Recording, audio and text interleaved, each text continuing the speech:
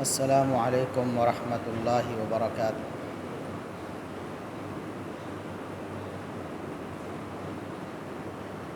ان الحمد للہ نحمده ونستعینه ونستغفره ونعوذ باللہ من شرور انفسنا ومن سیئات اعمالنا من يهده الله فلا مضل له ومن يضلل فلا هادي له أشهد أن لا إله إلا الله وحده لا شريك له وأشهد أن محمدًا عبده ورسوله اللهم صل على محمد وعلى آل محمد كما صليت على إبراهيم وعلى آل إبراهيم إنك حميد مجيد اللهم بارك على محمد وعلى آل محمد كما باركت على إبراهيم وعلى آل إبراهيم إنك حميد مجيد أما بعد فيا أيها الناس ألا إن خير الحديث كتاب الله وخير الهدي هدي محمد صلى الله عليه وسلم وشر الأمور محدثاتها وكل محدثة بدعة وكل بدعة ضلالة أعوذ بالله السميع العليم من الشيطان الرجيم من همزه ونفخه ونفثه بسم الله الرحمن الرحيم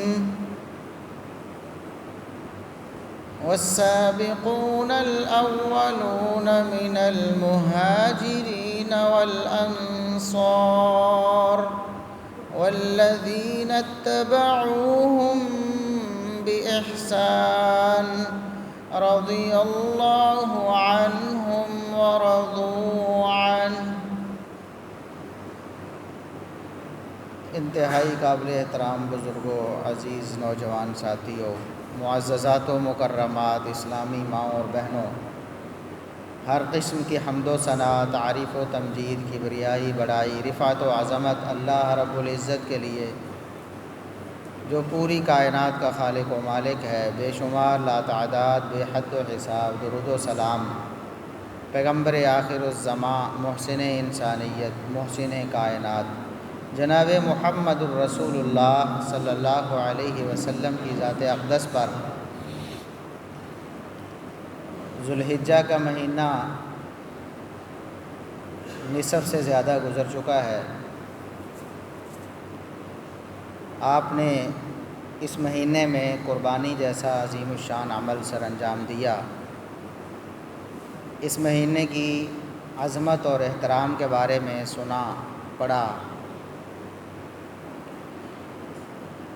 یہی وہ مہینہ ہے جس میں نبی اکرم صلی اللہ علیہ وسلم کے دوہرے داماد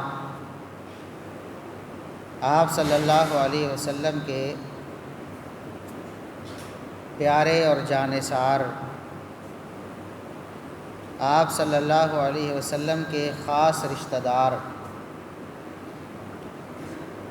خونی بھی، نسبی بھی اور سسرالی بھی، سارے رشتے نبی کریم صلی اللہ علیہ وسلم کے ساتھ ہیں۔ سیدنا عثمان بن عفان رضی اللہ عنہ مظلوم شہید کر دیے گئے، اور اس پر اور بڑا ظلم یہ ہوا کہ دشمنوں نے، اسلام کے دشمنوں نے، نبی پاک صلی اللہ علیہ وسلم کے دشمنوں نے، آپ صلی اللہ علیہ وسلم کے صحابہ اور آپ کے دین کے دشمنوں نے اس مظلوم ہستی کو ظلم کے بعد مزید بدنام کرنے کی کوشش کی۔ انہوں نے اسلام کی خاطر اپنی جان دی تھی، ان کی شہادت کو بھی مسخ کرنے کی کوشش کی۔ نعوذ باللہ ثم نعوذ باللہ، کہ ان کی شہادت ان کی اپنی غلطیوں کا نتیجہ تھی، نعوذ باللہ ثم نعوذ باللہ، اپنی کوتاہیوں کا نتیجہ تھی۔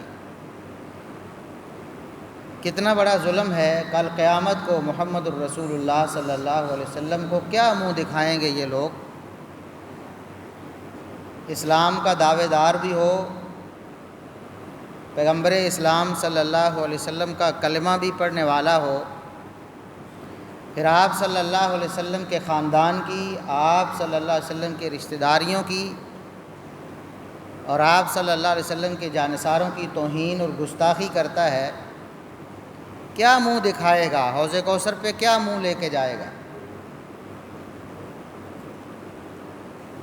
ایک منظم سازش کے ذریعے نبی کریم صلی اللہ علیہ وسلم کے خاندان کو بدنام کیا گیا۔ آپ سب احباب کو معلوم ہوگا کہ آپ صلی اللہ علیہ وسلم کا قبیلہ قریش ہے، خاندان قریش ہے، آپ قریشی ہیں۔ تو آپ صلی اللہ علیہ وسلم کے قریش خاندان، آپ کے قبیلے سے ہی عثمان بن عفان رضی اللہ عنہ کا تعلق ہے، وہ بھی قریشی ہیں، اور قریش وہ قبیلہ ہے کہ محمد الرسول اللہ صلی اللہ علیہ وسلم نے ارشاد فرمایا کہ اللہ رب العزت نے پوری کائنات کے انسانوں میں سے، پوری کائنات کے سارے انسانوں میں سے ایک قبیلے کو منتخب فرمایا ہے، وہ قبیلہ قریش ہے۔ ان کی عزت، ان کی عظمت، ان کے لیے یہی کافی ہے کہ محمد الرسول اللہ صلی اللہ علیہ وسلم قریشی ہیں۔ تو آپ صلی اللہ علیہ وسلم کے خاندان قریش سے ہی تعلق رکھنے والے آپ کے دوہرے داماد عثمان بن عفان رضی اللہ عنہ اتنی عظیم الشان ہستی ہیں کہ اگر ان کی خصوصیات کو دیکھا جائے، ان کے امتیازات کو دیکھا جائے، تو بہت ساری ایسی چیزیں، ایسی لسٹ مرتب ہو جاتی ہے کہ جن میں ان کا کوئی ثانی نہیں۔ ان کی رشتہ داری کی بات کریں تو جس طرح کی رشتہ داری ان کی محمد الرسول اللہ صلی اللہ علیہ وسلم کی ہے، اس طرح کی رشتہ داری کسی اور کی نہیں۔ ایک تو اپنے والد کے عفان، عثمان بن عفان ہیں، عفان ان کے والد ہیں، تو والد کے نسب کے اعتبار سے بھی قریشی ہیں، نبی کریم صلی اللہ علیہ وسلم کے خاندان سے تعلق رکھتے ہیں۔ 5ویں پشت پہ جا کے آپ صلی اللہ علیہ وسلم اور عثمان بن عفان رضی اللہ عنہ کا نسب مل جاتا ہے۔ عبد مناف پر رسول اللہ صلی اللہ علیہ وسلم کے بھی وہ پردادا ہیں، اور عثمان بن عفان رضی اللہ عنہ کے بھی پردادا بنتے، یعنی 5ویں پشت میں۔ اور اگر والدہ کے حساب سے دیکھیں تو نبی کریم صلی اللہ علیہ وسلم سے رشتہ داری اور زیادہ کلوز ہو جاتی کہ ان کی والدہ عثمان رضی اللہ عنہ کی والدہ عروہ بنت قریظ ہیں، جو کہ نبی کریم صلی اللہ علیہ وسلم کی پھوپھی کی بیٹی ہیں، ام حکیم بنت عبد المطلب، سگی پھوپھی ہیں نبی کریم صلی اللہ علیہ وسلم کی، ان کی بیٹی ہیں عثمان بن عفان رضی اللہ عنہ کی والدہ، اور اس کے علاوہ آپ صلی اللہ علیہ وسلم کی دو بیٹیاں یکے بعد دیگرے عثمان بن عفان رضی اللہ عنہ کے نکاح میں آئیں، اور یہ ایسا شرف ہے کہ پوری انسانیت میں سے کسی کو نہیں ملا سوائے عثمان بن عفان رضی اللہ عنہ کے، کہ کسی ایک نبی کی دو بیٹیاں اس کے نکاح میں ہوں۔ ایسا کوئی نظر نہیں آئے گا عثمان کے علاوہ۔ مال خرچ کرنے کے اعتبار سے ان کی جو قربانیاں ہیں اسلام کے لیے، کوئی مثال پیش نہیں کر سکتا۔ صحابہ کرام میں سے بھی کوئی ایسا نہیں ہے جس نے عثمان بن عفان جتنا مال اسلام کے لیے خرچ کیا ہو۔ ایک ایک موقع پر بلا مبالغہ آج کے حساب سے کروڑوں روپے اللہ کی راہ میں لٹا دینے والے، ایک موقع پہ، ایک اپیل پہ، محمد الرسول اللہ صلی اللہ علیہ وسلم کے ایک اشارے پہ کروڑوں روپے مالیت کے ہیرے جواہرات، اشرفیاں، گھوڑے، اسلحہ رسول اللہ صلی اللہ علیہ وسلم کے قدموں میں ڈھیر کر دینے والے۔ اس کے علاوہ آپ صلی اللہ علیہ وسلم نے بیعت رضوان کے موقع پر، صلح حدیبیہ کا معاملہ آپ کو معلوم ہے، ایک موقع ایسا آیا کہ صحابہ کرام سے بیعت لینا پڑ گئی کہ میرے صحابہ میرے ہاتھ پہ موت کی بیعت کرو، یہ وعدہ کرو کہ تم مر جاؤ گے لیکن محمد الرسول اللہ صلی اللہ علیہ وسلم کو چھوڑ کے نہیں جاؤ گے، آپ کے مشن میں آپ کی پوری معاونت کرو گے، جان بھی دو گے۔ حدیبیہ کے مقام پر بیعت رضوان ہوئی، جس کو بیعت رضوان اس لیے کہتے ہیں کہ اللہ رب العزت نے فرمایا کہ جو لوگ اس وقت رسول اللہ صلی اللہ علیہ وسلم کے ہاتھ پہ بیعت کر رہے تھے، اللہ ان سب سے راضی ہو۔ اس موقع پر صحابہ کرام موجود ہیں، ابو بکر، عمر، عثمان نہیں تھے، علی رضی اللہ عنہ بھی تھے اور باقی سارے صحابہ تھے۔ عثمان رضی اللہ عنہ اس موقع پر موجود نہیں تھے۔ اتنا بڑا عظیم الشان موقع ہے، قیامت تک کے لیے ایک مثال بن گیا ہے۔ بیعت رضوان، بیعت رضوان، ہر بندہ کہتا ہے بیعت رضوان، مطلب یہ ہے کہ اللہ کی رضامندی کا سرٹیفکیٹ ہے جس نے اس وقت رسول اللہ صلی اللہ علیہ وسلم کے ہاتھ پہ بیعت کی۔ لیکن اتفاق ایسا ہے کہ عثمان بن عفان وہاں موجود نہیں، تو محمد الرسول اللہ صلی اللہ علیہ وسلم نے جب یہ دیکھا کہ باقی ابو بکر، عمر، علی، طلحہ، زبیر اور دیگر صحابہ اتنی بڑی سعادت سے بہرہ ہو رہے ہیں، بیعت رضوان کر رہے ہیں، اللہ رب العزت کی رضامندی کا سرٹیفکیٹ حاصل کر رہے ہیں، اور اللہ رب العزت نے فرمایا ید اللہ فوق ایدیہم، نیچے محمد الرسول اللہ صلی اللہ علیہ وسلم کا ہاتھ ہے، اوپر ان صحابہ کا ہاتھ آتا ہے بیعت کرتے وقت، اور اس سے اوپر اللہ کا ہاتھ ہے۔ اتنی بڑی شان ہے۔ تو آپ صلی اللہ علیہ وسلم نے اس وقت، عثمان چونکہ موجود نہیں ہیں، بیعت کرنے کے لیے حاضر نہیں ہیں، سفیر بن کے مسلمانوں کی طرف سے مذاکرات کرنے مکہ گئے ہوئے، اس موقع پر آپ صلی اللہ علیہ وسلم نے اپنا ہاتھ اوپر اٹھایا۔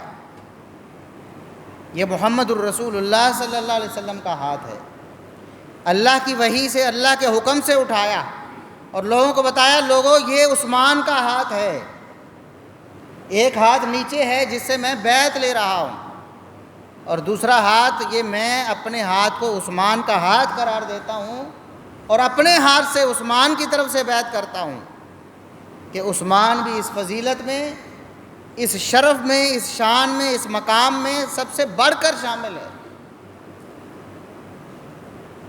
وہاں بیعت تو سب نے کی تھی نا، ابو بکر رضی اللہ عنہ نے بھی کی تھی، عمر رضی اللہ عنہ نے بھی کی تھی، علی رضی اللہ عنہ نے بھی کی تھی، دیگر صحابہ کرام نے بھی کی تھی، لیکن یہ شرف بھلا کسی کو ملا کہ نبی اکرم صلی اللہ علیہ وسلم نے اپنے ہاتھ کو اس کا ہاتھ قرار دے کر خود اس کی طرف سے بیعت کی۔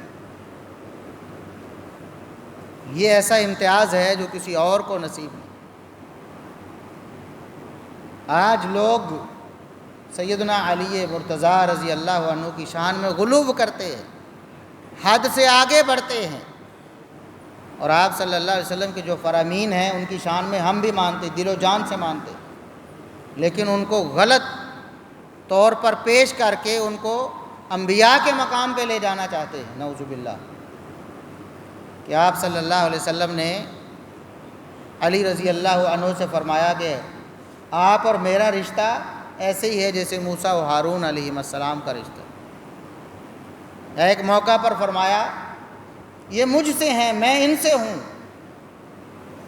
تو کہتے ہیں کہ نبی کریم صلی اللہ علیہ وسلم نے تو علی رضی اللہ عنہ کو اپنا نفس قرار، اپنا آپ قرار دیا، حالانکہ یہ ایک پیار محبت کا کلمہ ہے جو آپ صلی اللہ علیہ وسلم نے اور صحابہ سے بھی فرمایا ہوا۔ اس کا مطلب ہے کہ اس سے مجھے محبت ہے اور مجھے اس سے محبت ہے، اور اس سے مجھ سے محبت ہے، بس یہی کلمہ ہے۔ لیکن یہ اتنا بڑا کلمہ انہیں نظر نہیں آتا کہ محمد الرسول اللہ صلی اللہ علیہ وسلم فرماتے ہیں یہ عثمان کا ہاتھ ہے، یہ عثمان کا ہاتھ ہے۔ کتنی بڑی شان اور کتنا بڑا مقام ہے، اور پھر اتنی لازوال قربانیاں دینے والے عثمان بن عفان شہید بھی ہوئے ہیں تو محمد الرسول اللہ صلی اللہ علیہ وسلم کی ناموس کی خاطر، آپ کے دین کی خاطر۔ باغی آئے ہیں، آس پاس بیٹھے ہوئے ہیں، گھیراؤ کر رہے ہیں، لوگ پوچھتے ہیں کہ آپ اجازت دیں، آپ خلیفۃ المسلمین ہیں، یہ مٹھی پر ہیں، ان کو تو ہم فوراً ان کا صفایا کر دیں، تلوار چلائیں گے تو ان کا خاتمہ ہو جائے گا۔ لیکن عثمان بن عفان رضی اللہ عنہ کہتے ہیں میں نہیں یہ بہتر سمجھتا کہ میری وجہ سے نبی کے شہر میں کسی کا خون بہے، چاہے وہ باغی ہے لیکن نبی کا شہر ہے نا، قتل و غارت تو ہوگی نا، جبکہ نبی نے اسے حرم قرار دیا ہے۔ جس طرح مکہ حرم ہے، مدینہ بھی حرم ہے، جس طرح وہاں کسی کو مار نہیں سکتے، جانور کو بھی، اسی طرح یہاں بھی کسی جانور کو جوں بھی نہیں مار سکتے،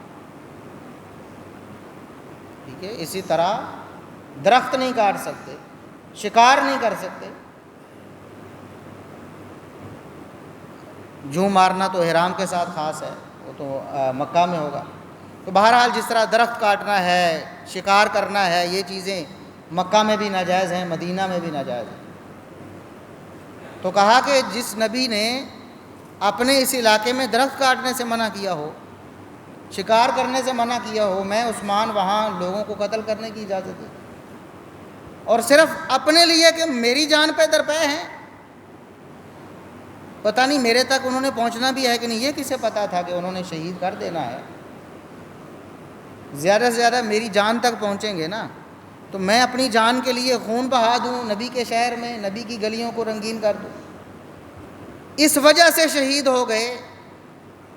حالانکہ دوسرے صحابہ کا موقف بھی ٹھیک تھا کہ فتنے کو ختم تو کرنا ہے نا، ظاہر آپ کو کوئی قتل کر رہا ہے تو دفاع تو کرنا ہے نا، لیکن عثمان بن عفان رضی اللہ عنہ نے اپنی جان سے زیادہ نبی کے شہر کی تکریم کو مد نظر رکھا، اور ان ظالموں نے موقع پا کر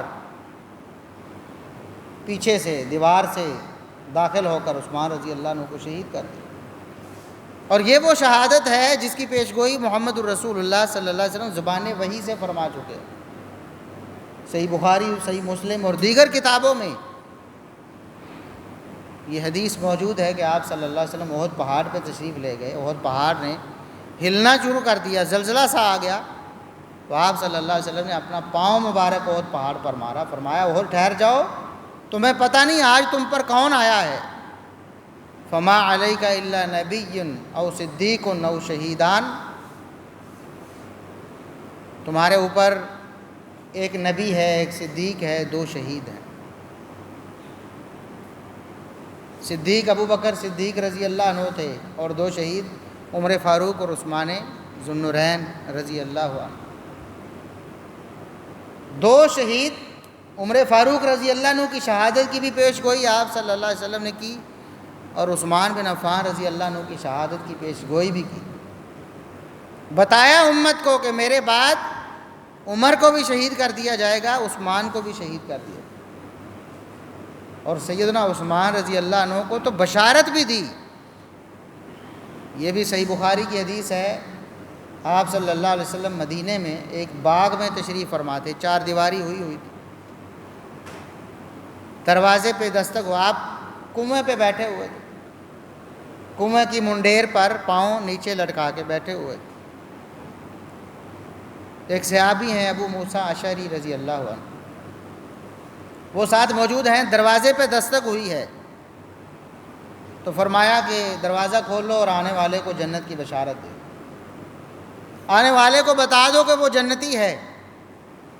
دروازہ کھولا تو ابو بکر آئے تھے، کہا کہ آپ کو آنے کی اجازت ہے، آپ صلی اللہ علیہ وسلم نے آپ کو جنت کی بشارت بھی دی۔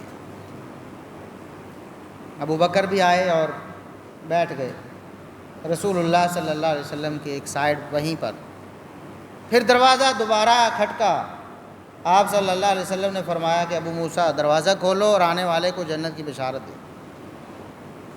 دروازہ کھولا تو عمر بن خطاب آئے تھے، کہا کہ آپ کو آنے کی اجازت ہے، تشریف لائیں اور نبی پاک صلی اللہ علیہ وسلم کی بشارت بھی سنیں کہ آپ کو جنت کی بشارت۔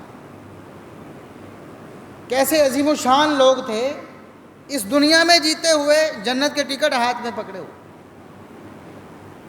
عمر بن خطاب آئے، جنت کی بشارت پائی، بیٹھ گئے، اور دونوں آپ صلی اللہ علیہ وسلم کے ساتھ ایک دائیں ایک بائیں بیٹھ گئے، اور کنواں تنگ تھا، چھوٹا تھا اس کا منہ، اور درمیان میں ظاہر ہے کہ پلی لگی ہوتی ہے، وہ دیوار بھی چھوٹی سی بنی ہوتی ہے، تو ایک سائیڈ کور ہو گئی، 3 بندے بیٹھ گئے، اب دوسری سائیڈ خالی رہ گئی۔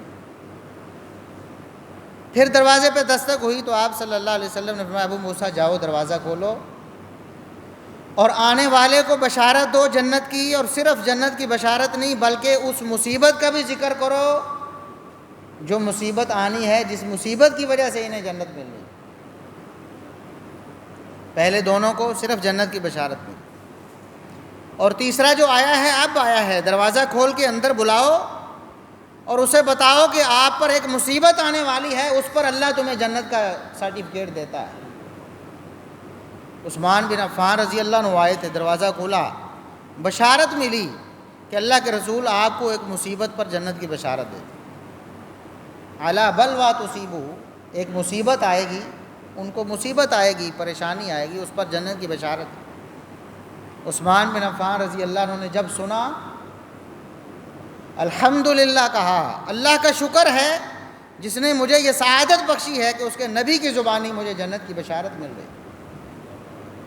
آئے اور سامنے بیٹھ گئے، دوسری طرف جگہ خالی تھی، وہاں بیٹھ گئے۔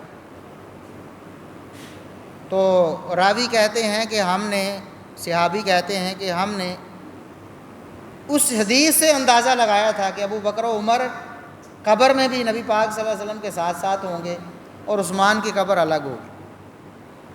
ان دونوں کو جگہ ساتھ مل گئی نا، عثمان کو سامنے مل گئی۔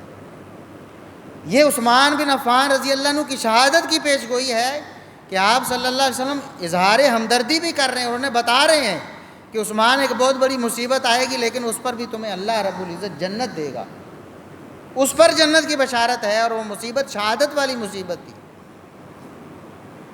اور آپ صلی اللہ علیہ وسلم نے یہاں تک بھی فرمایا واضح الفاظ میں، سیدہ عائشہ صدیقہ رضی اللہ عنہا روایت کرتی ہیں کہ نبی کریم صلی اللہ علیہ وسلم نے فرمایا کہ عثمان رضی اللہ عنہ کو مخاطب کر کے، لعل اللہ ان یلبسک قمیصا، میرے بعد اللہ تمہیں خلافت کی قمیص پہنائے گا، تمہیں خلافت ملے گی، فَإِنْ أَرَادَكَ الْمُنَافِقُونَ عَلَىٰ أَن تَخْلَعَهُ فَلَا تَخْلَعُهُ حَتَّىٰ تَلْقَانِي، منافق تمہیں کہیں گے کہ یہ قمیص اتار دو، منافق تم سے مطالبہ کریں گے کہ تم خلافت کے اہل نہیں رہے ہو، خلافت کو چھوڑ دو۔ عثمان تم نے خلافت نہیں چھوڑنی، شہادت قبول کر لینی ہے۔ کتنے واضح الفاظ ہیں، نبی کریم صلی اللہ علیہ وسلم مخاطب کر کے عثمان بن عفان سے کہہ رہے۔ اور آج یہی منافق واویلا کرتے ہیں کہ عثمان رضی اللہ عنہ نے خلافت کو برباد کر دیا تھا نعوذ باللہ، اس لیے لوگ ان کے خلاف ہو گئے تھے، انہوں نے سارا نظام ہی تہس نہس کر دیا تھا نعوذ باللہ، اس لیے ان کے خلاف لوگ ہو گئے تھے۔ یہ جامع ترمذی کی حدیث، مسند احمد کی حدیث بالکل صحیح سند کے ساتھ آپ صلی اللہ علیہ وسلم نے عثمان سے فرمایا کہ عثمان، منافق تمہیں کہیں گی اللہ نے تمہیں خلافت دینی ہے، کسی منافق کے کہنے پہ تم نے خلافت چھوڑنی نہیں۔ یہ نہ ہو کہ تم کہو کہ لوگ کہہ رہے ہیں تو مجھے کیا ضرورت ہے، انسان ہوتا ہے نا، اس کا ضمیر یہ کہتا ہے یار لوگ مجھے کہہ رہے ہیں، چاہے چند لوگ ہی ہیں، انگلی اٹھا رہے ہیں تو میں سائڈ پہ ہو جاتا ہوں، خود سنبھالیں، مجھے کیا ضرورت ہے۔ عثمان بن عفان جیسا مالدار شخص جو خاندانی طور پر مالدار ہے، جس نے اسلام کی خاطر اتنا مال لٹایا کہ اس کی کوئی مثال ہی نہیں ملتی، اس کو بھلا خلافت اور نظام خلافت سے کیا فائدہ تھا؟ وہ تو صحابہ کرام نے شورا کے ذریعے زبردستی ان کا انتخاب کیا تھا۔ جب عمر فاروق رضی اللہ عنہ شہید ہو گئے، 6 صحابہ کی شورا بنی تھی، جن میں سے ایک عثمان بن عفان رضی اللہ عنہ، ان سب نے، 5 نے اتفاق کر کے عثمان رضی اللہ عنہ کا نام دیا، اور سب سے پہلے بیعت کرنے والے صحیح بخاری میں مذکور ہے، بالکل صحیح روایت، کہ سب سے پہلے جس نے عثمان بن عفان رضی اللہ عنہ پہ خلافت کی بیعت کی ہاتھ پہ، وہ علی مرتضیٰ رضی اللہ عنہ۔ سب نے کہا کہ ہم میں سے، یہ 6 بندوں میں سے ایک ہی بندہ اہل ہے کہ ابھی حکمران بنے، خلیفہ بنے، وہ عثمان بن عفان ہے۔ اور عبد الرحمن بن عوف رضی اللہ عنہ نے بڑے طریقے سے انہیں خلیفہ بنایا، انہیں پتہ تھا کہ انہوں نے انکار کرنا ہے۔ جب بات ہو رہی تھی خلافت کی کس کو بنایا جائے 6 میں سے، تو معاملہ چلتے چلتے 2 تک آ گیا تھا، ایک عثمان تھے، ایک علی تھے رضی اللہ عنہما۔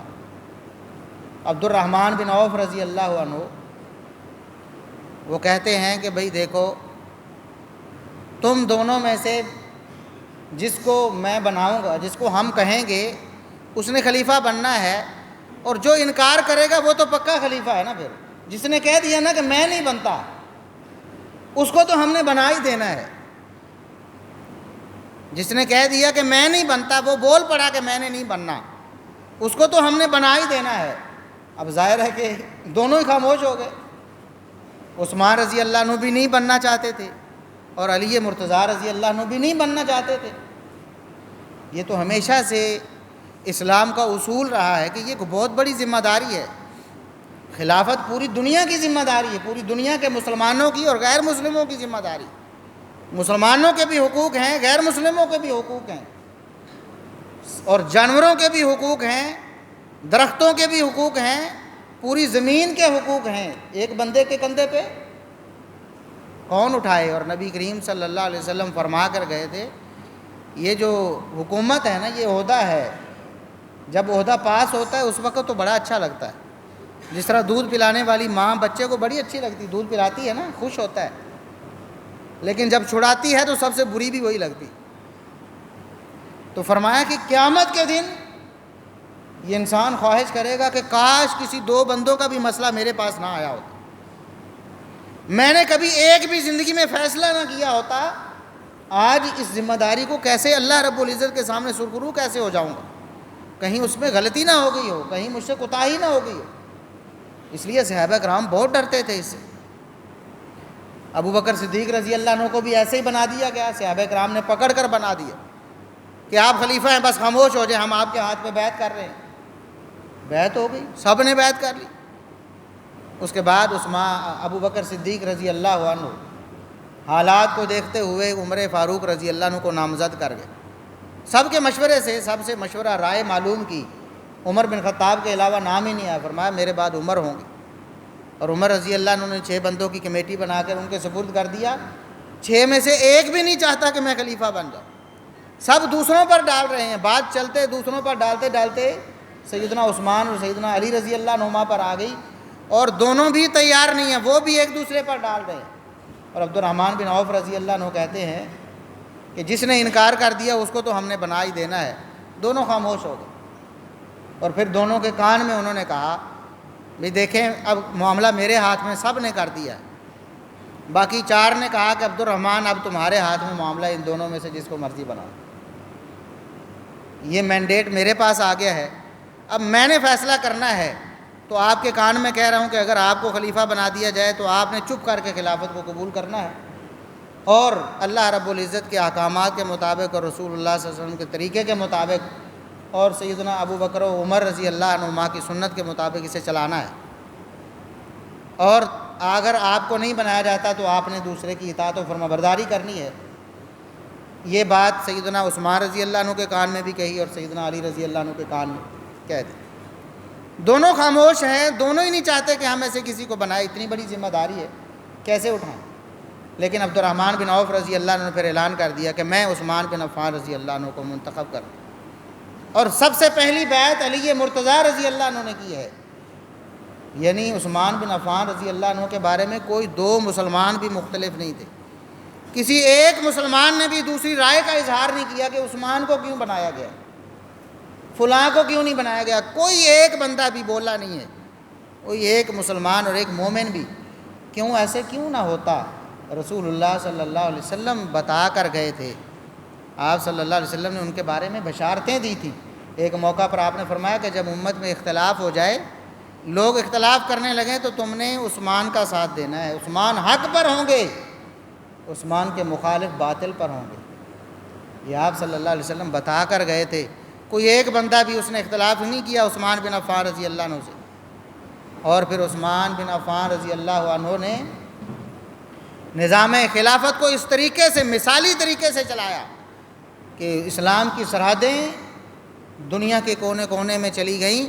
یہ وہ دور تھا عثمان بن عفان رضی اللہ عنہ کا کہ نبی کریم صلی اللہ علیہ وسلم نے فرمایا کہ اول جیش من امتی یغزون البحر قد اوجبوا، میری امت میں سے سب سے پہلا گروہ جو غزوہ بحر کریں گے ان کے لیے جنت الاٹ ہو گئی ہے۔ یہ غزوہ بحر کیا تھا؟ سمندر پار کر کے اسلام کے جھنڈے گاڑنا۔ پہلے اسلام ایک بر اعظم میں قید تھا، پانیوں کو پار کر کے آگے نہیں نکلا تھا۔ فرمایا ایک لشکر میری امت کا وہ بھی خوش نصیب ہوگا جو سمندر پار کر کے اگلے بر اعظموں میں اسلام کے جھنڈے گاڑے گا، اسلام عالمی مذہب بنے گا۔ یہ عثمان بن عفان کے دور میں ہوا، یہ بشارت عثمان بن عفان کے دور میں پوری ہوئی، اور کس کے ہاتھ پہ؟ اس لشکر کے سپہ سالار سیدنا معاویہ بن ابی سفیان رضی اللہ عنہما ہیں، جو کہ سیدنا عثمان رضی اللہ عنہ کے چچا زاد ہیں، سیدنا عثمان کے بھائی ہیں، اور اسی بنو امیہ خاندان میں سے ہیں جو قریشی خاندان ہے، عثمان بن عفان کا خاندان ہے۔ نبی کریم صلی اللہ علیہ وسلم کا نسباً بھی رشتہ داری ہے، سسرالی بھی رشتہ داری ہے۔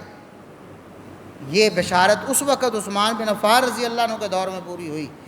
پورے دور حکومت میں کوئی ایک صحابی کا نام بتائیں جس نے کبھی بھی، سمیت سیدنا علی مرتضیٰ رضی اللہ عنہ، جس نے کہا ہو کہ عثمان آپ نے یہ فیصلہ درست نہیں کیا، آپ نے یہ خلافت کا معاملہ صحیح نہیں چلایا، آپ نے یہاں کوتاہی کر دی ہے، کوئی ایک بندہ بھی نہیں بولا۔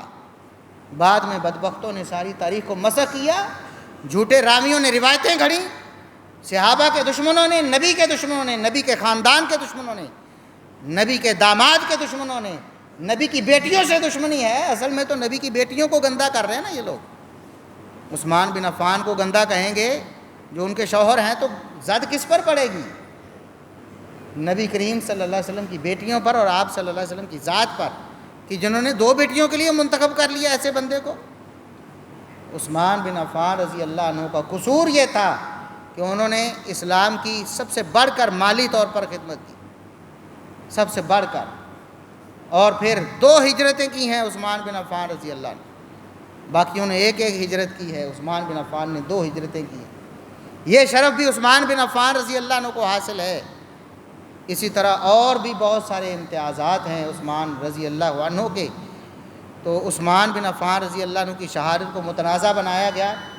ایسے بدنصیب مورخ وہ اٹھے، انہوں نے اتنا ظلم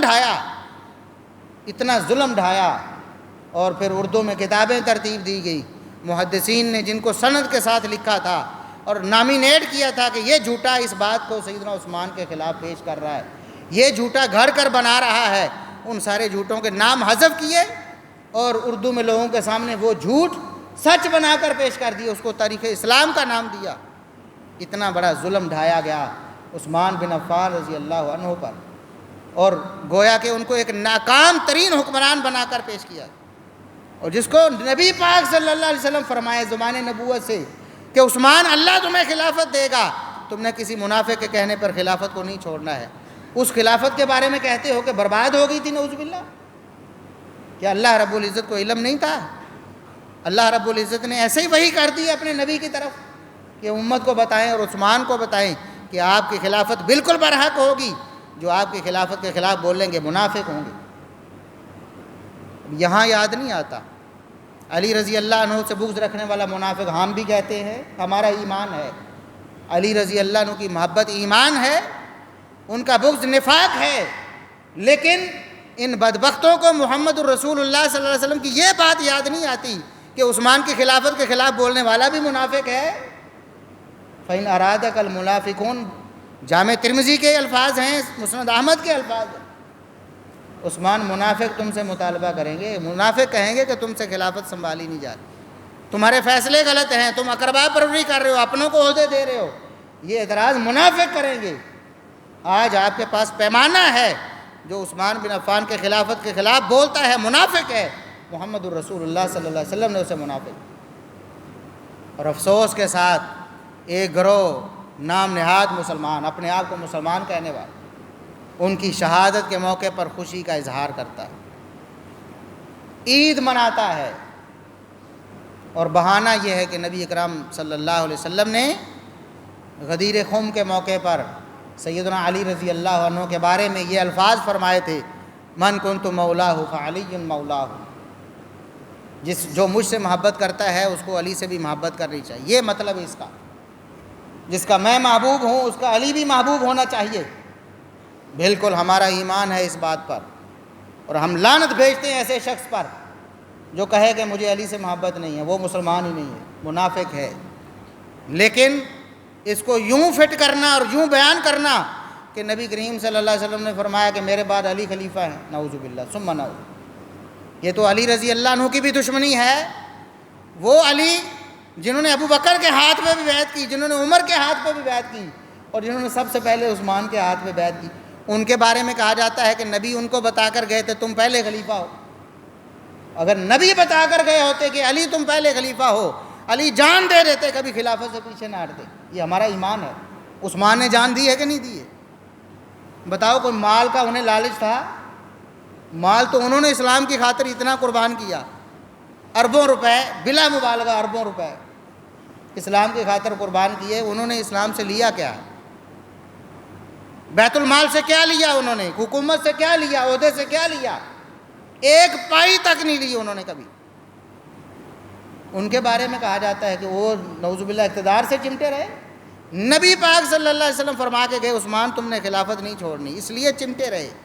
میرے نبی کا حکم ہے، اگر علی رضی اللہ عنہ کو خلافت بلا فصل کا حکم ملا ہوتا کہ علی میرے بعد تم خلیفہ ہو، تو علی رضی اللہ عنہ جان دے دیتے، خلافت کسی اور کے پاس جانے نہ دیتے۔ نبی کا حکم، تو نبی کریم صلی اللہ علیہ وسلم تو اپنے بعد ابو بکر کو خلیفہ بنا کر گئے۔ آپ صلی اللہ علیہ وسلم نے واضح الفاظ میں ارشاد فرمایا میرے پاس کاغذ قلم لاؤ، کچھ لکھ کر دے۔ پھر فرمایا رہنے دو۔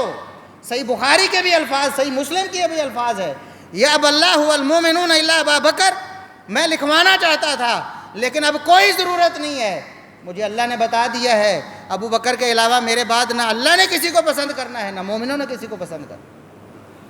یہ صحیح بخاری اور صحیح مسلم کے الفاظ۔ یہی بات تھی نا، لوگ کہتے ہیں جی عمر نے روک دیا، رضی اللہ عنہ نے علی کی خلافت لکھنے سے روک دیا، نعوذ باللہ، حالانکہ ایسا قطعاً ہے ہی نہیں۔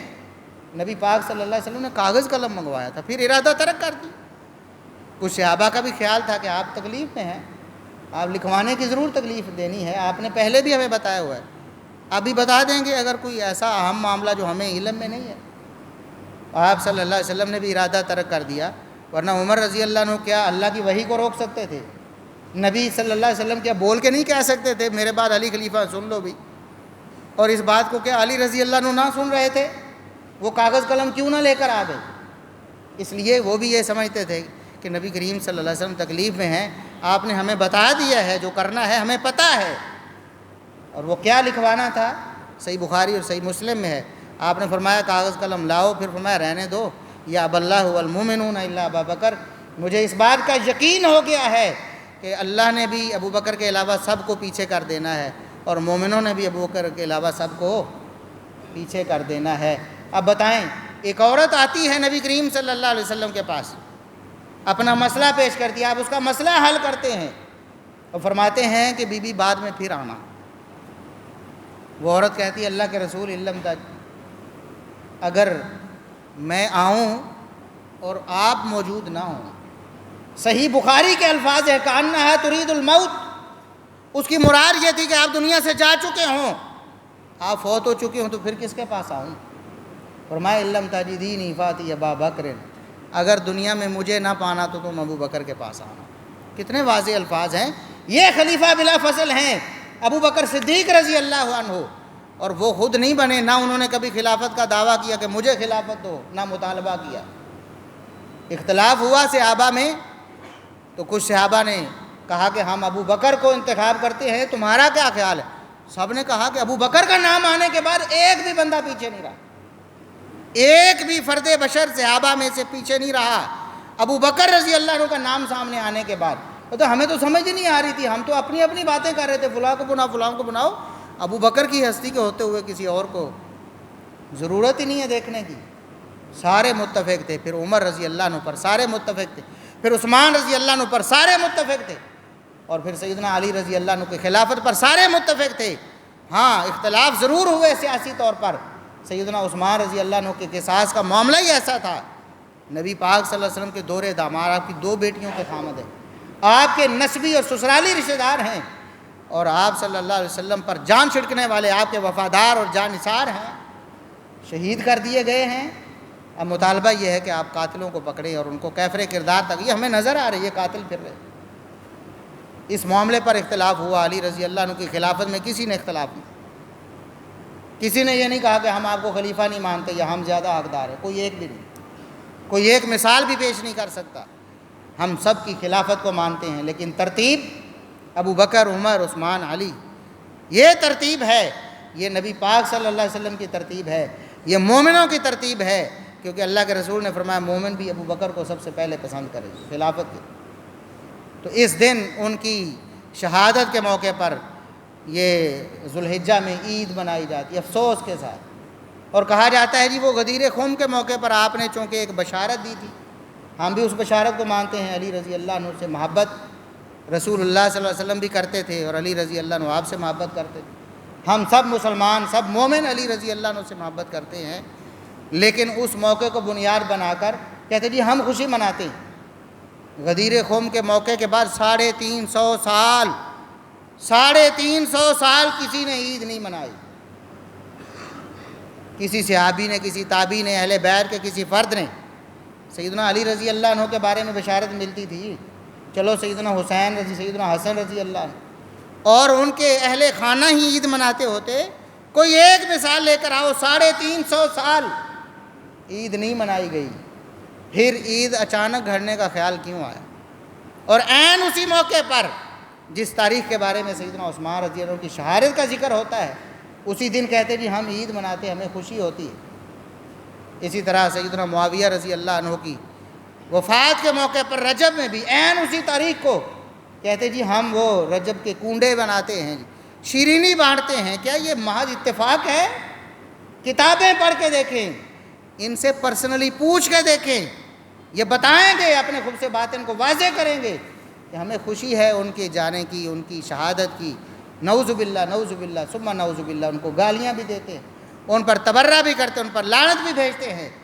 ہم اپنی حکومت سے پرامن مطالبہ کرتے ہیں کہ محرم الحرام قریب آ رہا ہے، صحابہ کرام کی شان میں گستاخی برداشت نہیں کی جائے گی، قانونی طور پر ایسے لوگوں کو شکنجے میں لیا جائے جو اس ملک کو کے امن کو برباد کرنا چاہتے ہیں۔ ہم اللہ کے فضل و کرم سے قانون کو ہاتھ میں لینے کا موقف کبھی بیان نہیں کرتے، کبھی نہیں کہتے کہ جاؤ آپ جا کر خود نمٹ لو، ہم حکومت سے مطالبہ کرتے ہیں۔ لیکن اگر ایسا ہو، ظاہر ہے پھر فساد تو ہوتا ہے، لوگ دونوں طرف سے جذبات میں آتے ہیں۔ کیوں ایسا ہوتا ہے؟ اپنی عبادت کریں، اپنا موقف اپنے گھر میں بیٹھ کر بیان کریں، لیکن نبی پاک صلی اللہ علیہ وسلم کے رشتہ داروں کی، آپ کے دامادوں کے بارے میں اور آپ کے صحابہ کے بارے میں زبان درازی قطعاً برداشت نہیں، کوئی مسلمان برداشت نہیں کرتے۔ دیکھیں سیدنا علی رضی اللہ عنہ کے بارے میں کوئی نازیبہ بات ہم کب برداشت کریں؟ ہم سب سے پہلے اس کے دشمن ہیں جو علی رضی اللہ عنہ کا دشمن ہے، لیکن جو ابو بکر و عمر و عثمان رضی اللہ عنہ کی دشمنی کرے، تم ان کو دوست بناتے ہو، تم ان کو اپنا ذاکر بناتے ہو، تم ان کا اپنا مبلغ بناتے ہو، تم ان کو حجت الاسلام کہتے ہو، یہ کیسے ہو سکتا ہے؟ امن کیسے ہو سکتا ہے؟ ہاں ہمارا سٹیج پرامن ہے، ہمارا مطالبہ پرامن ہے، ہم کہتے سب کی قدر کرو، سب کی عزت کرو، آپ عزت نہیں کر سکتے، زبان بند رکھو، خاموش رہو، لیکن کسی کے جذبات کو مجروح نہ کرو۔ اللہ رب العزت سے دعا ہے کہ اللہ رب العزت ہمیں عمل کی توفیق عطا فرمائے۔ وآخر دعوانا ان الحمد للہ رب العالمین۔